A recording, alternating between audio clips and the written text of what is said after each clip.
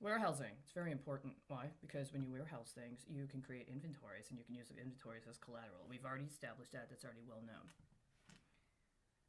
So when you do things and you have digital storage, and then all of a sudden you got a clear space. If somebody's spying on you and what you're doing, what your content is, every time you transfer things from your desktop or from one file to another, they can use that as a derivative process connected to how they're exploiting you and stealing your work and your work efforts and using it for their credit. Especially if nobody ever acknowledges you and nobody ever compensates you. And nobody ever gives you feedback so you could do some sort of qualitative analysis of the value of your work product. And that's the intention. That's why they don't want us to have our transaction records, and that's why they don't want to tell us details and statistics. They're probably going to say some bullshit about what? It's proprietary? I don't really give a shit. Because we haven't accounted for what was at the time legal. And this is why it's relevant. Rahm Emanuel. Hey, how you doing, Manny? I know, we never got to meet in person, but you got way, way, way too much of my daily until all of a sudden daily became some sort of Ukrainian-sponsored white nationalist, right? I'm taking it. And what I'm going to bring up here is what happened when you sent that email. Remember, there's that controversy how you were communicating with a woman who happened, allegedly at least, to be gainfully employed by the federal government in an official role. But her husband, yeah, he had some sort of energy deal going on. Ended up a little time later going really, really bad.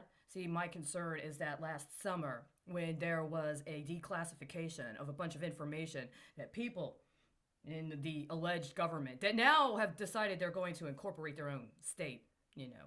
I don't know, they got a town president. You got a state president now.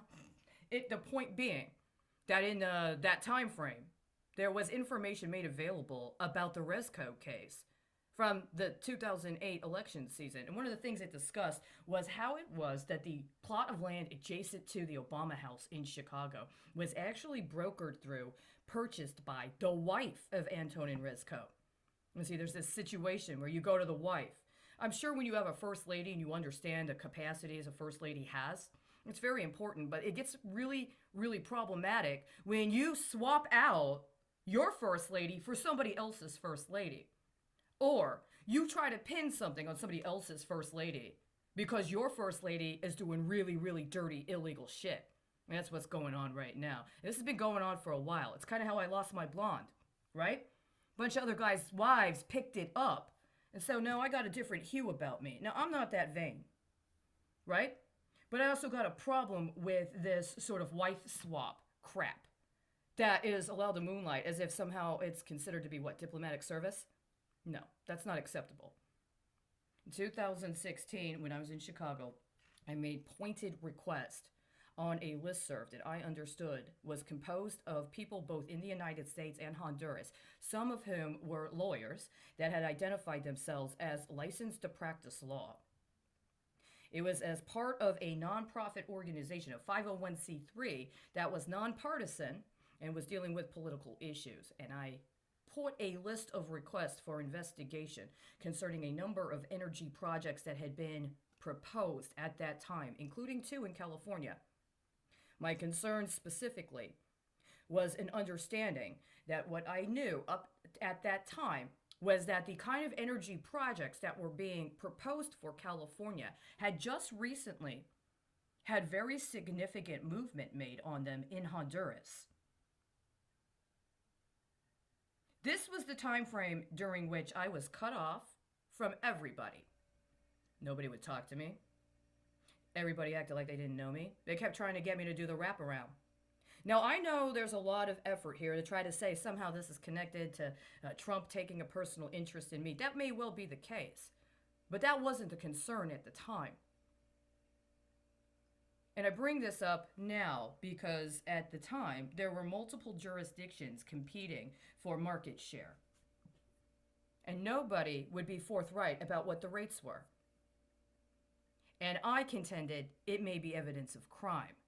It wasn't somehow allowed to be excluded as a consideration of a campaign donation or equal airtime for political candidates. Just so you know. Now, I still remember the details about those two specific projects as well as two others. And let me tell you something. When I finally got to Houston, there was a material interest demonstrated in relationship to one of those energy projects I had requested information on in 2016. It was the second time in less than a year after I arrived in Texas that it appeared people in Texas were trying to bribe me,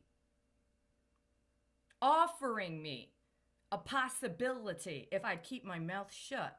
And the evidence is that because I did not relent on my investigation, see, if it had been legit, there would have been no reason for me, especially as somebody that was studying to be an inspector of industrial materials, to maintain my process of reporting on crime while also seeking my rights to due process for things that had occurred. Nobody disclosed to me what the NRC was doing. Now we are where we are. Two bribes. Two bribes specifically about energy projects directly related to abuse of the former Secretary of State while she was in the office of Secretary of State. Now I'm going to do one more check today and see if I got an indication that I would have needed to have obtained to make it about more than just energy projects. I'm talking specifically about trafficking people, sexually trafficking people for weapons deals. See, like it or not, somebody has already created a lot of political leverage by being availed of an option to give good faith and credit in establishing a record for honoring commitments to combating trafficking when it comes to international relations between the United States and other countries. Let's see what we find.